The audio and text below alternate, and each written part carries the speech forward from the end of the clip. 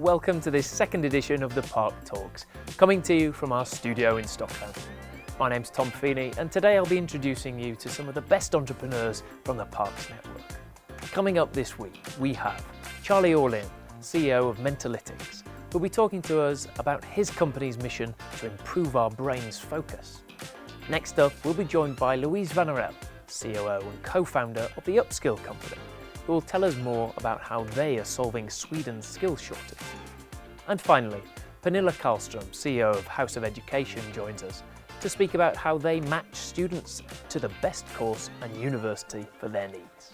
So if you want to learn more about the Stockholm startup scene, keep tuned in.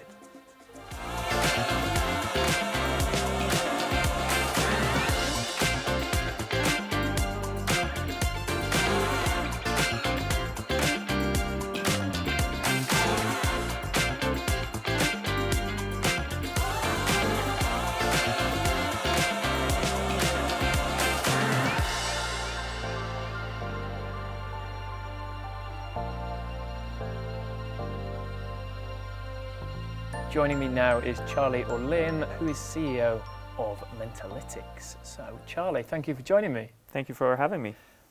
Mentalytics is a very exciting company and does very exciting things. Would you be able to tell me a little bit about it? Sure. So we work within commercial EEG, and that doesn't say a lot to a lot of people. But what we basically do is that we utilize medicinal technology, which allows you to measure people's brainwaves and thus being able to tell their various emotional states. And one of those emotional states is that of being focused. So we have developed software which can help you train your focus and thus become more productive and just overall perform better in the most necessary of times. Wow. So you're going to make my brain better. Is that basically yes? if you commit to the training, it's not. And there's nothing. People might think when you hear something about the brain, it's potentially a little bit scary. There's nothing. There's nothing invasive. No. It's something that I can wear and walk about in. Exactly. It's as little invasive as a smartwatch. Whereas as a smartwatch is able to measure your pulse, we can measure the brainwaves without ever sending anything in, just picking up signals that are going out. Incredible. Yeah. So when I'm wearing this device, then what's next then? So you start off by putting on a headband, then you connect it via Bluetooth to any of your available devices. It might be a regular PC, laptop, tablet, phone, whatever. And then once you've done that, you launch our software platform. From within, you can launch the software game. And the game is basically a normal computer game.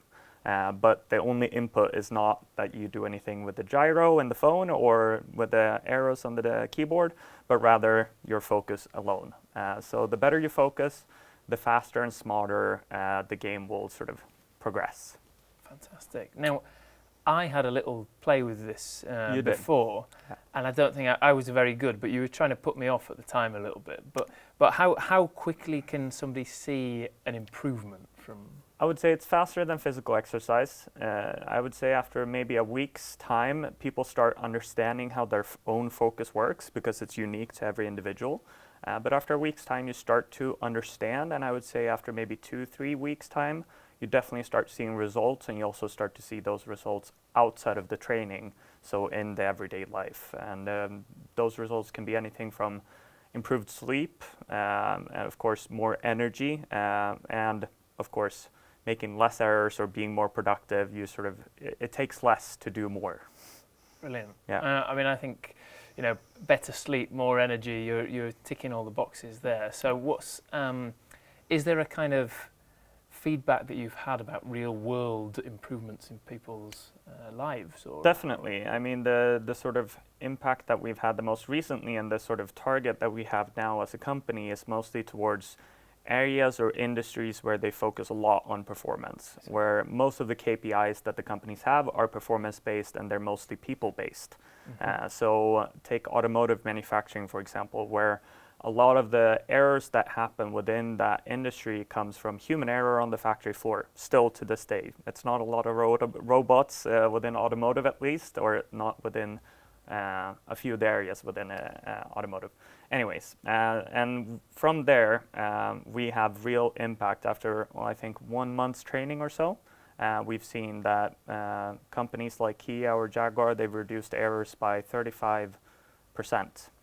Wow. Yeah. That's incredible. Yeah. So, talk me through it. So you mentioned Kia and Jaguar there, that you've gone into these companies and been able to run a trial with some of their employees. Yeah. I mean, it was actually how we stumbled upon this industry and this problem that we're solving. It wasn't that we found a problem and then decided to design a solution. We already had the solution. Mm-hmm. We just didn't know where to look for the different problems. It was so broad because the technology and application is so broad. Yeah. But it was actually Kia who reached out to us. And they had asked around to see if there's any solutions out there that could help within human error or improving focus, improving performance. And we were recommended because we have a great reputation. We've been around for a long time. So yeah. And how long have you been around? Since 2002, yeah. 2002. So Yeah. you started this when you were in nappies? No. But I was the first product tester because the company was founded by my mom. Aha. So she was the one that's built this great reputation and did so through our original product called Mindball. Most people have seen it in science centers. I would say it exists in almost all science centers across the globe. So that's where the reputation comes from, and that's also why we managed to get into Kia. So I have a lot to thank my mom for and Mindball for. And how, with Mindball then, is that something that's still on the go now? And Definitely, just a little bit slower. Bitte still handles all of the Mindball stuff, where I take care of mostly of the new clients and the new sort of focus of the company, even though she helps me out there as well. But yeah, Mindball is still ongoing. We actually expect that Mindball sales will increase with this new product and this new market because, yeah, Kia and Jaguar, they have factories and workers who want to have fun, and Mindball is that fun sort of, think of it as a ping pong table for the office, perhaps. Yeah. Brilliant. And I noticed you said bitter there. Yeah. I imagine that's become quite a normal thing to not just call her mum now. Yes. What's it like working with mum? It has its ups and downs for sure. I would say that we are very alike, which can be a good thing in a lot of times. So I wouldn't say that it's as much of a struggle as most people think it is.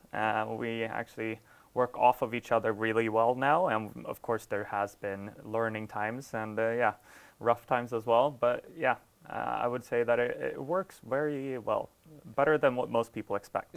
But me calling her by her name is not something that I would have imagined doing.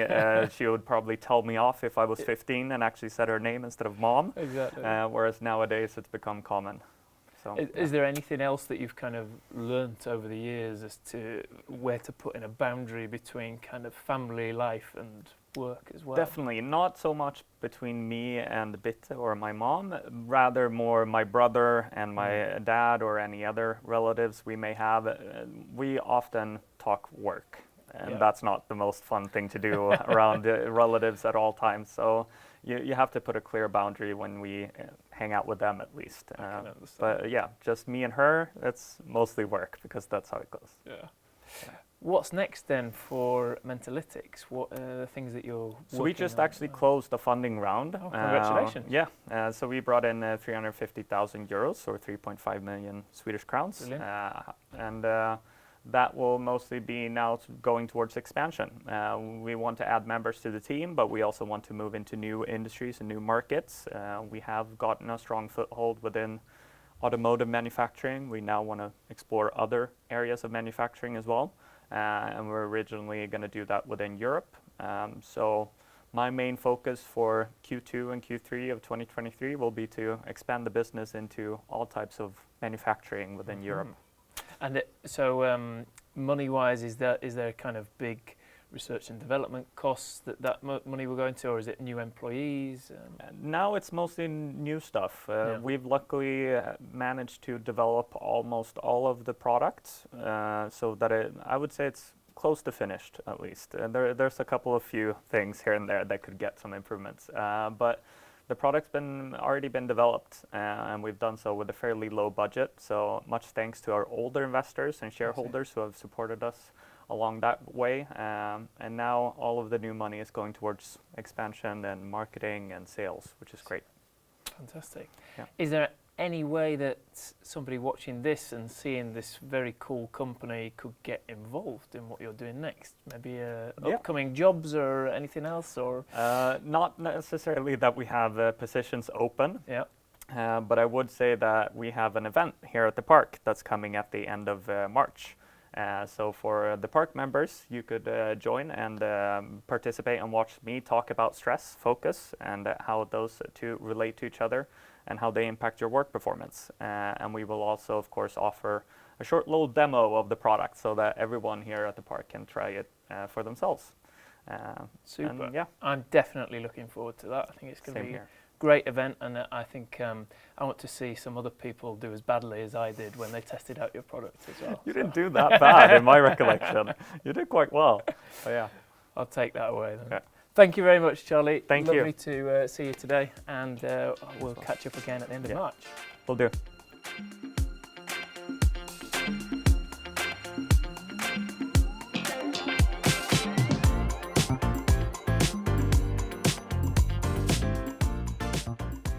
Joining me now is Louise Vanarel, who is COO and co-founder of the Upskill company. Thank you for joining me, Louise. Thank you. The Upskill company, I'm sure that's something that lots of us could do with doing a bit of upskilling, but tell me a little bit about your company. Yeah, I would glad to. So our main focus is to bring more people into tech, which is of course a way to sort of solve, or one piece of the puzzle to solving the skills shortage within tech. Yeah. There's always a lot of numbers being thrown out when it comes to how many people that's missing within tech. So I mean, it's a huge area to work in. And are you focusing just in Sweden, or? Yeah, at the moment we're focusing on Sweden. There's enough to do here, so. Do you care to throw some of those numbers at us and shock us? Yeah, I heard there's usually one number that's being thrown, which is 70,000 missing within tech today in Sweden, then of course. But I was listening to the CEO of Microsoft Sweden, and he said 250,000. When you count in that a lot of people that are into tech roles today need to sort of change or shift their areas of knowledge. Incredible. So it's a huge number. Yeah. And what's behind that shortage then at the moment? That's, I you don't think, give me all the answers. But, I'll try. No, but there's a lot of different things, and I think the way that the tech parts have been, or IT, if you talk traditionally, has been a very male-oriented area of work, which of course brings then that a lot of people don't see how they're going to be able to contribute to this kind of area. And I mean, IT has been sort of a shadowy part. It's really hard to know if you would ask somebody not in the tech business, like, what does a developer do? It's really hard for people to say. Yeah. And of course, when they don't know what people in the tech business do, it's hard for them to see if they're going to be a good fit. Yeah. So I think bringing a more diverse view, what's being done and what sort of competencies or qualities that are important in tech is one of the key things to make sure that we bring more people into the whole field. Absolutely. And you mentioned diversity, getting women into certain roles. There's also other underrepresented groups, particularly in tech. Is there something specifically that you do or that we can do to sort of make sure that those communities know that these are potentially jobs for them? I think representation is a big thing, whatever kind of field that we're talking about that isn't diverse, because if you don't have role models, if you don't see or hear people that are like yourself, then it's hard to see how you're going to fit in. And I think the last numbers I heard was that within the tech area, there's about 30% women and 70% men. And if you look at certain specific areas within tech, it's even worse. Yeah. Like cybersecurity, I think it's like 10%. Wow. Which is crazy. So what is the Upskill company doing then to sort of try and address this? And, well, we work with a very specific solution, which is that instead of trying to solve every, the big problem, because that's really hard, there are no magic pills out there, I'm usually saying.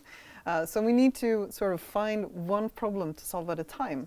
And what we do is that we go into big companies that have, usually a very broad tech stack that they work with. And then we do tailor-made sort of programs for them in order to bring in and recruit more people. And what we do is that we then don't look for merits, because the people who know these things from before, you're going to be able to find anyway.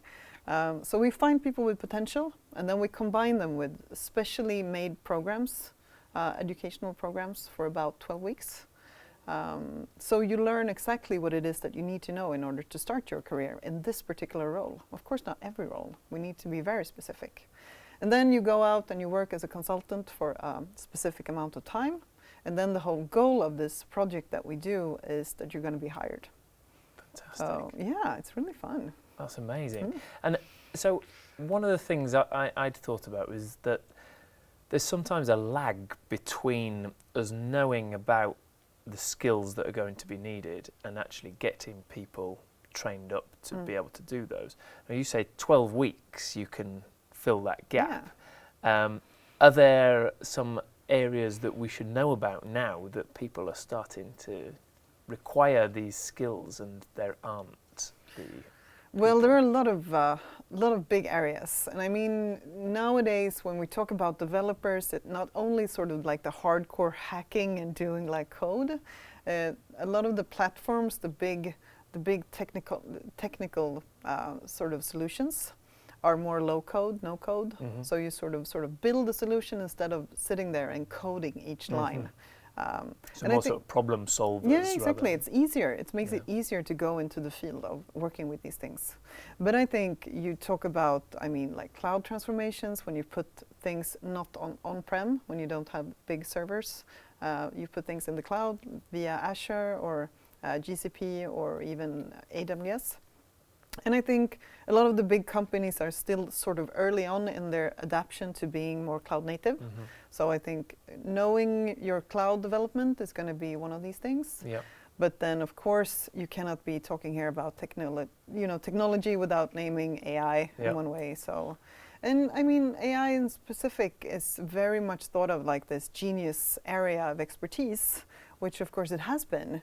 But as you start using it more broadly, there's going to be a lot of more roles coming out of that field. So I think that's a good one. Then just talking about, modern ways of working, DevOps, and those things, I think is going to be really big. Thank you. And then are there certain types of brain or person that you kind of look for when getting people into your programs, or is it really open to absolutely everybody? Well, yes, to both questions. I mean, when we do the applications, when we start up a program, the application is open to anyone. So usually one of the only sort of demands that we have is that you're over 18 and then usually a language, either Swedish or English. And apart from that, we don't really have set demands. But of course, what we're looking for is good problem solvers who are, logically able to think about different things. We look for people who are good at communicating, which is not just about talking, which is about understanding what people need and those sort of things. And we need people who are good to collaborate, because today going out working in the tech field, you need to be able to collaborate. Absolutely. And speaking of collaboration, you've got a podcast yourselves. Tell me a little bit about that. What is it that you focus on? Yeah, so me and my colleague Emma, we have the Upskill podcast, and we try to bring some clarity towards these sort of areas, because upskilling and reskilling is something that we talk about, and we hear about on a daily basis. And companies today, especially large companies, they have to talk about learning and how to develop the knowledge that they have already in-house. But there are so much, I wouldn't say confusion, but it's still sort of a new area. So since we talk about these things every day, not only amongst ourselves, but also with clients and different partners and our upskillers who do this on a daily basis. So we figured, we should not only talk amongst ourselves, but bring in good people who can sort of make things a bit clearer, what it is that we're talking about. Brilliant. So you're single-handedly fixing the skills shortage in Sweden. You've got your own podcast. I mean, lots of ticks. What's next? Well, I think whenever we talk about not disrupting, because it sounds like you're tearing stuff down, but we need to change how we think about competence and how we think about merits and who do we premiere for certain kind of roles. So I'm looking forward to spending another year talking about these things, because I think that's really important. Excellent. Thank you very much. Is there anything, if anybody wants to get more involved in the Upskill company, or maybe they're thinking of a whole career change themselves, where should they go? Well, they should connect with us on LinkedIn, the Upskill company. We have a website, and of course tune into the Upskill podcast. Wonderful. Thank you very much, Louise. Thank you for having me. That was Louise Van Orel, who is COO and co-founder of the Upskill company. And joining us next is Pernilla Karlström, who is CEO of House of Education.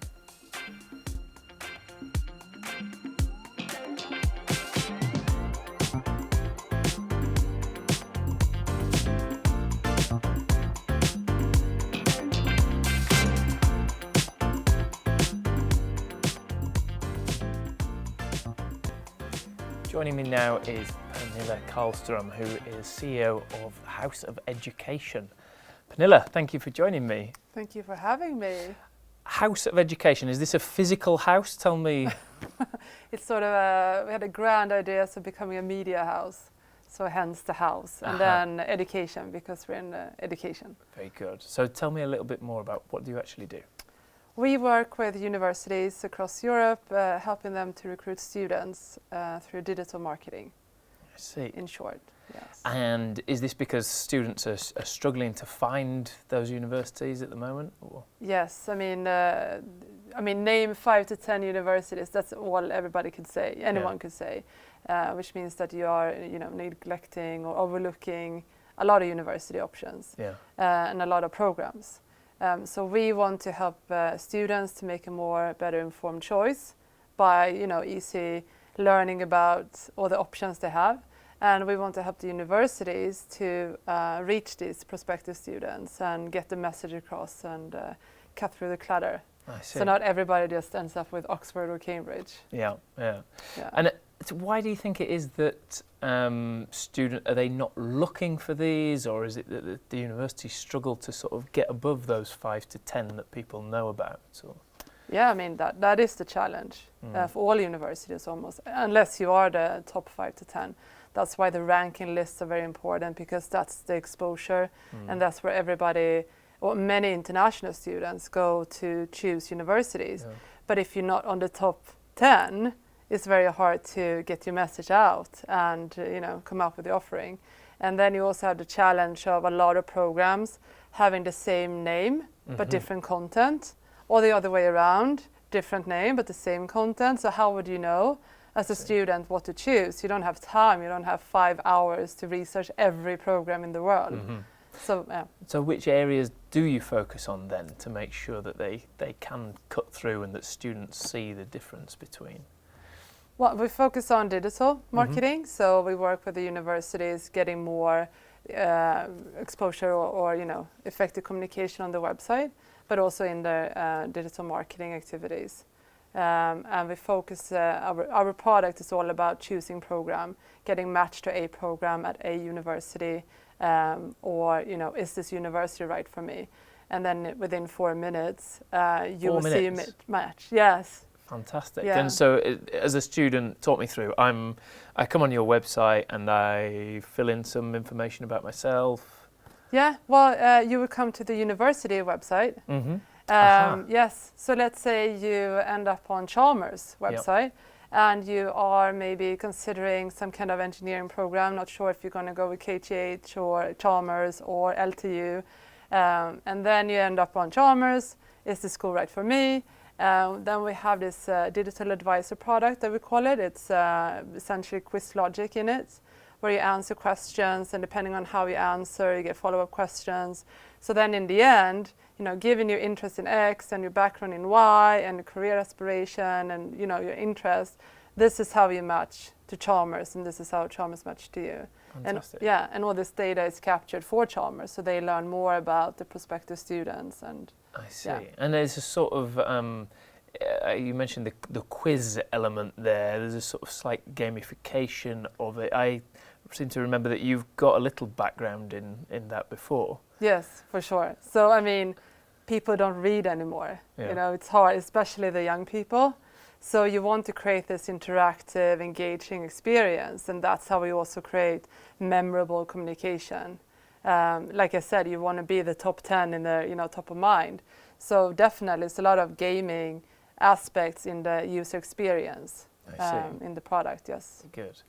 And so, House of Education, it's got a very interesting background because you've been around since was it 2010? Yes. 2010. Yeah. And you were one of the companies that were on the original Dragon's Den in Sweden. Yes. Were you around for that part? No, unfortunately not. No, it was 4 guys who started a company working with students. At that time, it was academic competitions, and they went to Dragon's Den and pitched the idea of getting funding to scale up the company. And Mats Gabrielsson, who invested then, is still our main shareholder, so he's been with us. Brilliant. So that's 13 years. Yes. And you've still got that involvement. I still say 10, but it's 13. Yeah. There's 3 from the pandemic, kind of everyone's Exactly. forgotten about. Yeah. So 10. Yeah. But I think it's interesting to see what a lot of people don't see on television beyond when the people leave the studio on Dragon's Den is actually that these people are involved for a long time afterwards, and they're still committed to these companies. Yeah, it's real. And so great to see that that's still the case 13 years on. So if you weren't involved then, how did you come to be involved in House of Education? I came in a larger investment round that the company had done, and they were looking for a CMO.